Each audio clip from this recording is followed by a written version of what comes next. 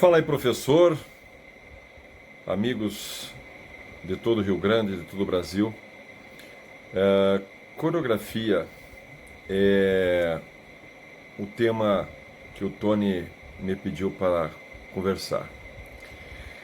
Eu tive o prazer de fazer coreografias, de trabalhar com grandes coreógrafos, de avaliar com grandes conhecedores da coreografia. A geração de hoje necessitava compreender mais sobre esse tema,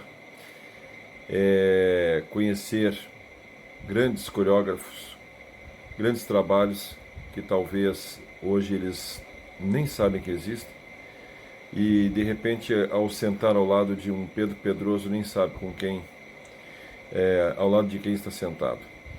A coreografia trouxe ao decorrer dos tempos trabalhos inesquecíveis e pessoas que marcaram e se eternizaram por esses trabalhos.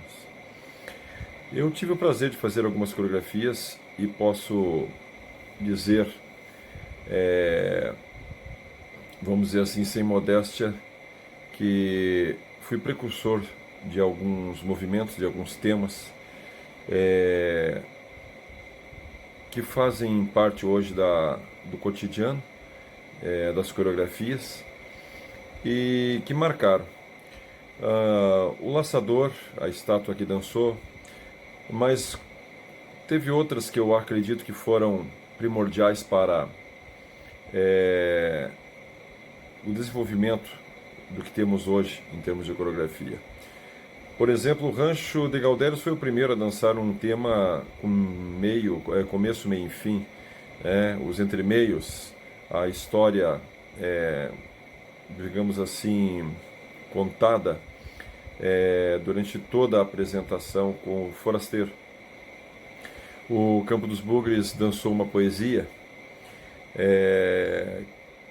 realmente poesia declamada, e de repente não teve tanto impacto, tanto sucesso, porque na época o Campo dos Bugres não era um grupo de domingo, não era um grupo de ponta, e aí foi quando nós começamos a fazer esse trabalho e adentrar. E então de repente a repercussão não foi tão grande como deveria, porque foi um tema bastante diferente, um tema inovador. Esse ano no último Enarte, né, no ano passado, eu tive o prazer de fazer parte da equipe de avaliação de coreografias.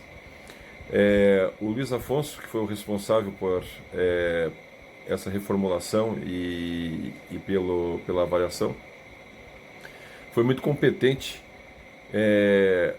em direcionar a avaliação, que precisava dar uma mexida.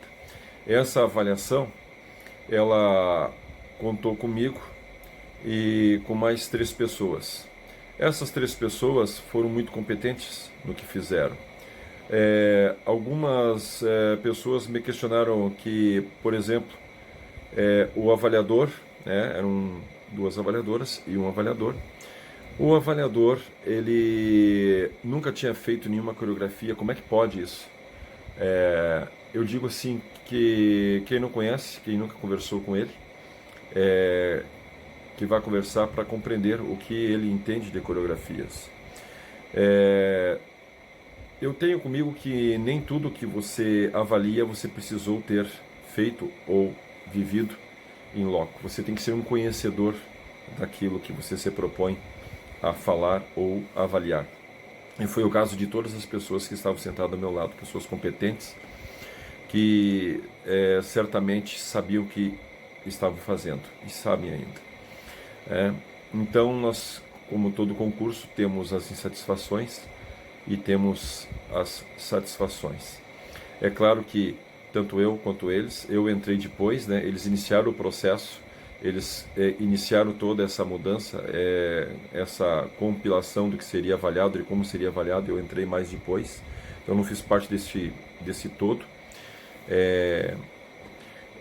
Eles trabalharam com muita competência e com muita seriedade.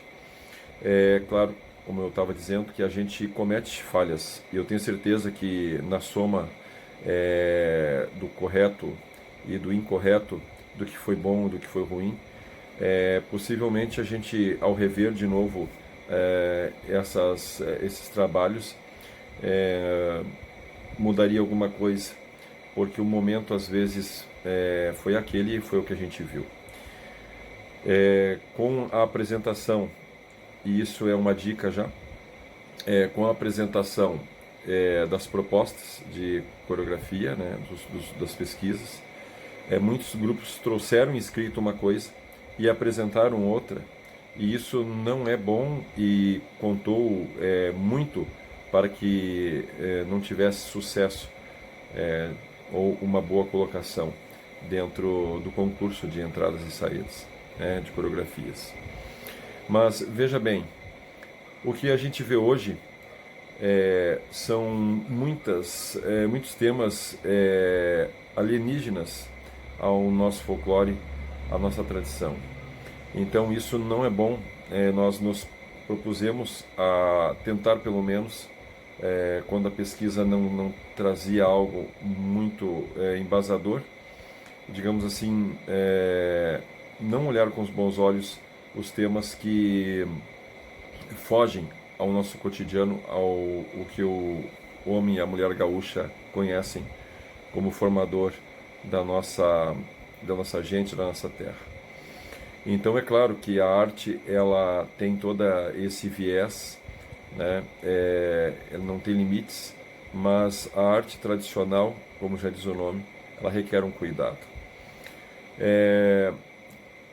Outra coisa é que hoje existe muito coreógrafo aí famoso ou emergente, vamos dizer assim, que pensa que está fazendo grandes trabalhos, copiando Cosquim, copiando Broadway e vivendo de YouTube.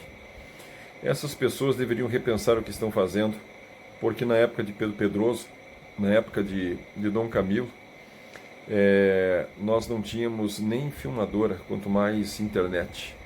Então as coisas tinham que sair do coração, as coisas tinham que sair da cabeça.